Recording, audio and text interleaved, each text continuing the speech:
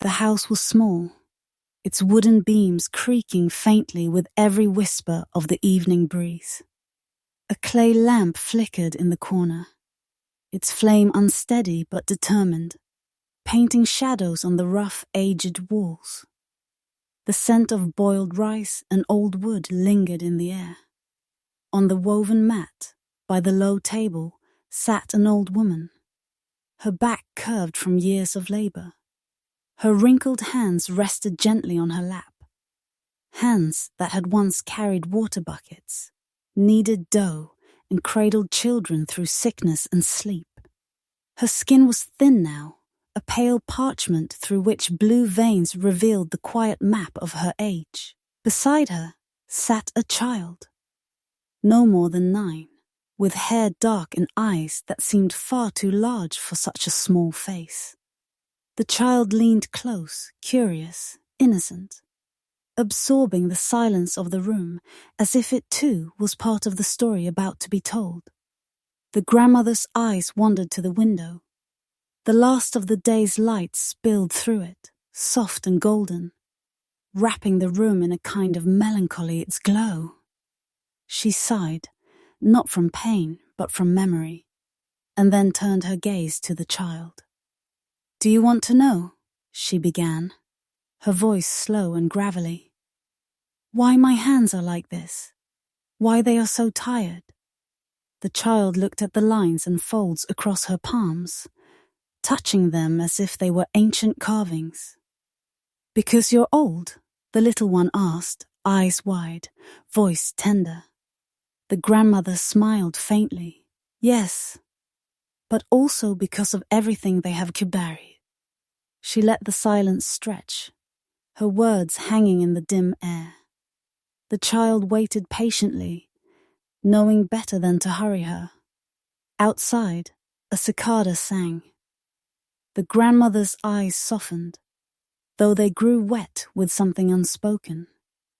She reached for the child's hand, wrapping it in her own, so fragile, yet so steady. "My story is long," she said, "and not always easy. But if you are ready, I will tell you. So that you will know not only who I am, but who you are." The child nodded, breathless with anticipation. The grandmother turned her face toward the flickering lamp, as if its flame lit the path to the past. When she spoke again, her voice seemed to open a door. "I was once your age. I too sat in a house like this one. But my world was different. It was full of hunger, war, and the sound of crying in the night." And as her words unfolded, the room seemed to shift. The shadows deepened, the warmth of the present blurred into the coldness of another time, another life. The child leaned in closer, gripping her hand tighter as the story began. The old woman's voice trembled as she began, though not from weakness. It was the trembling of doors long shut, now creaking open. Her grandchild's hand was small, warm, grounding her in the present as she drifted back into the past. "I was younger than you," she whispered, her eyes fixed on the lamp flame, "just a little girl, barefoot and hungry. The earth beneath my feet was cracked from the summer heat, and our fields gave us little food. We worked with empty stomachs, praying the soil would give us more. But those were the years when prayers were quieter than hunger." The room seemed to fade as her words deepened. The flashback took shape. A narrow village road stretched through the heat, dust rising in lazy spirals. A small girl, the grandmother in her youth, walked barefoot, her ribs visible beneath a thin cotton dress. Her hair was tied back in a rough knot, but her eyes burned bright, full of both need and stubbornness. She carried a clay pot larger than her arms could comfortably hold, staggering as she made her way toward the communal well. Around her, other children laughed faintly, though their laughter was thin. The laughter of those who had little strength left to waste. Her mother's voice echoed from the house behind. "Be quick, child. The sun will not wait for you." She remembered how her mother's face looked then, lined with weariness though still young, hands rough from cutting wood and grinding grain. Her mother never smiled without effort, and when she did, it was often to shield her children from the truth of their poverty. At the well, the girl strained to lower the rope, her small arms trembling. She could barely lift the pot once it was filled. The water sloshed, spilling onto her legs, cooling her sunburnt skin. She gritted her teeth, determined not to cry, determined to be strong like her mother. But then, on the walk back, she tripped. The pot shattered against the stones. Water bled into the dust, vanishing as quickly as hope. She froze, staring at the broken pieces. Her knees scraped, her palms bleeding, but none of that mattered. What mattered was the water. Gone. Wasted. She had run back home sobbing. Her mother didn't scold her. She only knelt, gathered the child in her arms and whispered, "Do not cry over what the earth drinks. Tomorrow we will try again." The grandmother's voice broke as she recited the memory. Back in the present, her fingers trembled slightly against her grandchild's hand. "Your great-grandmother," she said softly. "She was strong, stronger than me, stronger than anyone I knew. She taught me that survival is not about never falling. It is about standing again, even with empty hands." The child's lips quivered, eyes shining. "Did you hate it? Being poor? Being hungry?" The grandmother shook her head slowly. "I did not hate it. Hunger taught me the taste of every grain. Poverty taught me the value of every drop of water. I would not wish it on you, my love, but it carved the person I became." Silence fell again, save for the hum of crickets outside. The child leaned against her shoulder, resting there, as though protecting her from the weight of her own story. The grandmother closed her eyes, breathing in the comfort of that small presence. Then she whispered, as if confessing, "But that was only the beginning. Hunger was cruel, yes, but war was merciless."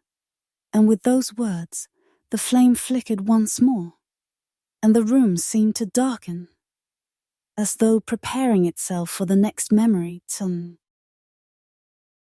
The lamp flame wavered, as if disturbed by an unseen wind. The grandmother's eyes, misted with age, now carried the weight of shadows, deeper than hunger. Her voice grew quieter, and the child leaned closer, instinctively knowing that what came next was harder to say. "It was not long after the summer of broken pots and empty fields," she murmured. "One morning, I woke to sounds that were not roosters or neighbors' voices. They were louder, sharper, the sound of boots on stone, and shouting in a language I did not know. The memory unfolded. The small girl, no older than 8, crouched in the doorway of her family's hut. The air was thick with smoke. Men in uniforms marched through the village, rifles slung across their shoulders, their faces stern and merciless. Her neighbors ran, clutching children, baskets, whatever they could carry. Her father had already left for the hills weeks earlier, part of a group that whispered about resistance. Her mother stood tall in the doorway, shielding her children with her own body, as soldiers barked orders she could not understand. The girl remembered the way her mother's hand pressed firmly against her back, wordless but strong. "Do not move. Do not speak." Then came the fire. Thatched roofs caught like dry kindling. Smoke rose into the sky, swallowing the cries of women and children. The girl's throat burned with the smell of it. Her eyes stung with tears she dared not shed aloud. When a soldier pushed her mother aside to search their hut, the clay jar on the table fell and shattered. Its contents spilled. Nothing but dried beans, meager and pitiful. The soldier sneered and left. The girl had never forgotten the look on her mother's face in that moment. A mixture of shame and fury, not because of the poverty revealed, but because her home had been desecrated. That night, the family slept in the open field with others huddled beneath a sky that offered no comfort. The girl clutched her little brother, who whimpered in his sleep, while her mother whispered prayers into the darkness. The war did not live after that night. It stayed. In the fear of every knock at the door, in the absence of her father who never returned, in the scarcity that grew even sharper than hunger. Back in the present, the grandmother's eyes glistened. She let out a long, uneven breath. "I lost my father to that war," she said simply. "One day, he went into the hills, and he never came back. No one could tell us if he had fallen, or if the earth had swallowed him whole. All we knew was silence." The child gasped softly, clutching her hand tighter. Didn't you ever find him? Ever know what happened?" The grandmother shook her head, the motion slow and weary. "No, I searched with my heart for many years. I waited at the door every evening, listening for footsteps that never came. And in time I learned something painful, child. Sometimes love does not give us answers. Sometimes it leaves us with only memory." The silence after her words was deep, filled only by the quiet crackle of the lamp. The child pressed her face against the folds of the old woman's shoulder, as if trying to take away some of the ache. The grandmother stroked the child's head gently, her wrinkled hand trembling. "But even in war we learned to live. We found ways to laugh, to share what little we had. And I began to grow. I learned to work, to carry burdens far heavier than water pots. That was when I first understood what it meant to survive." Her eyes shifted toward the window, where the night had now fully settled. "But survival, my love, it comes with sacrifices, and those sacrifices would shape the rest of my life." The flame flickered lower, the room quiet, as if even the air itself held its breath for what she would say next. The grandmother's hands trembled slightly as she drew her shawl tighter around her shoulders. Her voice, though soft, carried the sharpness of memory. A memory that had never dulled, even after all these years. "It was during the second year of the war," she began, her eyes distant. "We had nothing left but scraps. Some nights, my mother would give us her portion of food and pretend she wasn't hungry. I didn't understand then, but I do now. She was choosing us over herself, again and again." The flashback formed in the dim light of the room. The girl, now older by a year, sat on the floor of their small hut with her younger brother. Their bellies groaned, their eyes heavy with weakness. Outside, the fields lay barren, stripped by soldiers and burned by raids. Her mother placed a single piece of flatbread on the table, its surface rough and uneven. The girl reached eagerly, but her mother's hand caught hers mid-air. "No?" her mother whispered gently. She broke the bread into 2 pieces and handed them to the children. "Eat, both of you," the girl frowned. "But Mama, you—" Her mother smiled, though her lips were dry, her eyes weary. "I am not hungry." The girl did not believe her, but she obeyed. She and her brother ate quickly, the bread vanishing too fast. She watched her mother from the corner of her eye, saw how her mother's hands lingered near her mouth, as though remembering what it felt like to chew. But she never touched a crumb. That night, as the children slept, the girl stirred awake and saw her mother sitting by the doorway.